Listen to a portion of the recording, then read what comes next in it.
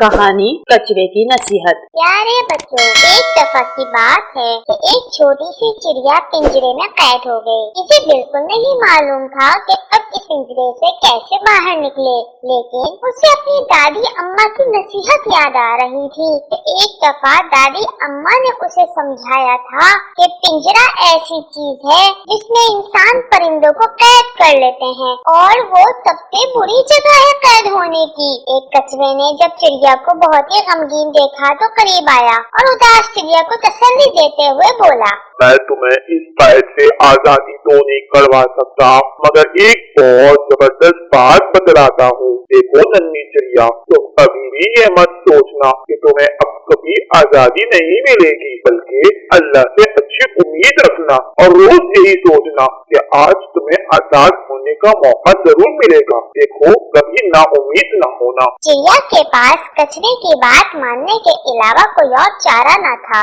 सो वो रोज रात को अल्लाह ताला से आजादी की दुआ मांगते हुए सो जाती और पूरा दिन ताक में रहती कि कब उसे मौका मिल जाए। कुछ दिन के बाद उसके मालिक ने उसका दाना पानी अंदर रखा और पिंजरे का दरवाजा बंद करना भूल गया। चिड़िया फुर्र से उड़ गई और कछुए की बात सच साबित हो गई कि अल्लाह से कभी भी नाउम्मीद नहीं होना चाहिए और अल्लाह सुब्हानहू व तआला से जैसी उम्मीद रखी जाए, अल्लाह सुब्हानहू व तआला वैसे ही मामला फरमाते हैं।